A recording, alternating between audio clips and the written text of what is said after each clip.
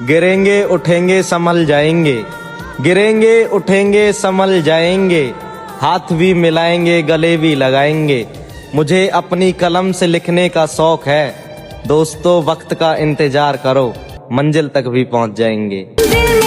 अगर आप किसी को बोलते रहते हो लेकिन फिर भी वो इंसान आपको समझता नहीं है ना, तो गुलजार साहब की एक बड़ी प्यारी शायरी है जो आप याद रखना कि जाया ना कर अपने अल्फाज हर किसी पर, खामोश रहकर देख तुझे समझता कौन है। सब कहते हैं कि मैं बदल गया हूँ, हकीकत तो ये है कि मैं गिरते गिरते भी संभल गया हूँ। मैं सरताज हूँ अपनी झोपड़ी का, आपको मुबारक हो तख्तो ताज अजमाइश का। हारने का सवाल ही पैदा नहीं होता, मुझे याद है सफर 2022 का। तसल्ली रखिए हम हारेंगे नहीं, मिटना होता तो कब के मिट गए होते, क्योंकि जख्म ठीक होने से हम हादसे नहीं भूलते। हम शरीफ घर के बच्चे हैं, अगर दिल आजमाना हो तो अकेले आना, और अगर जिगर आजमाना हो तो अपने पूरे खानदान को लाना। वो कहती है कि तुम मुझसे नहीं मेरे जिस्म से प्यार करते हो, तो उसके लिए कुछ कहोगे? अगर जिस्म ही चाहिए तो तुम नहीं, पूरा शहर पड़ा है। तुम्हारी रूह से मोहब्बत है, शायद इसलिए ही ये दिल तुम्हारे पीछे पड़ा है। तुम लड़कों का लाइफ कितना आसान है ना, लड़की से शादी कर लेते हो, उसको अपने घर पे बिठा देते हो, बस वो काम करेगी, नौकरानी बनी रहती है। कभी तुम लड़कों ने एक काम भी किया है, कभी ये महसूस किया है कि थकान क्या होता है? मेरी जान, जब हम लड़के स्कूल जाते थे ना, तो वहाँ पे 6 घंटे भी नहीं टिक पाते थे, लेकिन अब देखो 12 घंटा का मजदूरी करते हैं, अपना खून पसीना बहाते हैं। पता है क्यों? क्योंकि अब स्कूल का बैग नहीं है पीठ पर, पूरे परिवार का जिम्मेदारियों का बोझ है। और तुम लड़कियों को क्या लगता है लड़कों का लाइफ मस्ती में कटता है? कभी नहीं। सुनो मेरी बहनों, पैसा कमाने के लिए अपना घर का दहलीज भले ही पार कर देना, मगर अपना दायरा कभी मत पार करना। जरा सा इस बात पे गौर कर लो कि दायरा पार करके अगर पैसे कमाओगी तो क्या निहाल करोगी, दायरा पार करके अगर पैसे कमाओगी तो क्या निहाल करोगी, जब ये इज्जत ना रहेगी तो क्या पैसे की अचार डालोगी। बाप का चेहरा अगर मुरझाने लगे ना मेरे भाई, तो अपनी जवानी और खुशी दोनों कमाने पे लगा देना। हक्का मेरे भाई।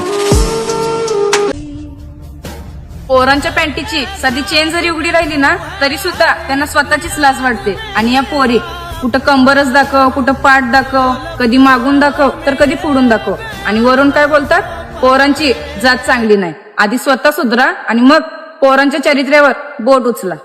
हा, और पैसा इतना अंधा कमाओ मेरे भाई कि पैसों की बारिश होनी चाहिए।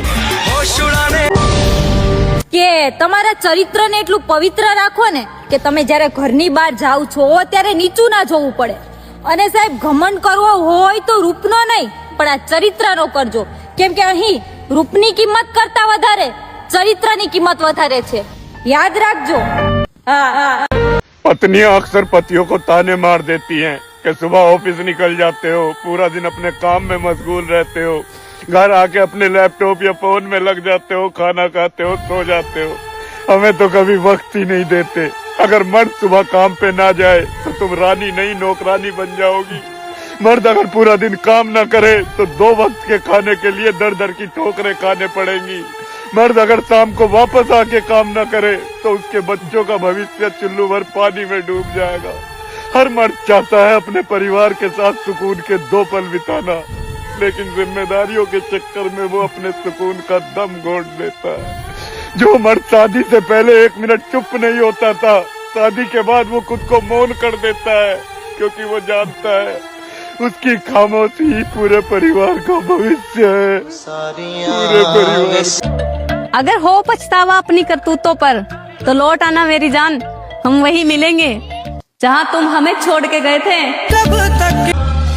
क्या लिखूं उस शख्स के बारे में जिसे हम पा न सके, थी बहुत सी बातें मगर हम बता न सके, मिलते तो हम उन्हें बताते कि हम उन्हें कितना चाहते, सबूत के तौर पर रात को आंसुओं से भीगा हुआ तकिया दिखाते, देखी किसी और की निशानी उनके हाथ में, तो हमारे हाथ में वो फूलों वाली कली भी मुरझा गई। कहानी खत्म हुई मोहतरमा। अब हम काम करेंगे क्योंकि हमारे हाथ में ये ड्राइंग आ गई। कभी अपने पति की गरीबी से नफरत होने लगा तो अपने माँ बाप का गरीबी याद करना, जिस गरीबी में हमें विदा किए थे। अपनी थाली का सबसे अच्छा हिस्सा उसे देना जो भूखा हो, ना कि उसे जो सिर्फ स्वाद चखने के लिए आया हो, क्योंकि भूखा इंसान हमेशा उसका सम्मान करेगा और स्वाद चखने वाला हमेशा उसमें कमियां निकालेगा। और यकीन मानिएगा, ये बात थाली और खाने के लिए बिल्कुल भी नहीं थी। बाकी आप समझदार हैं।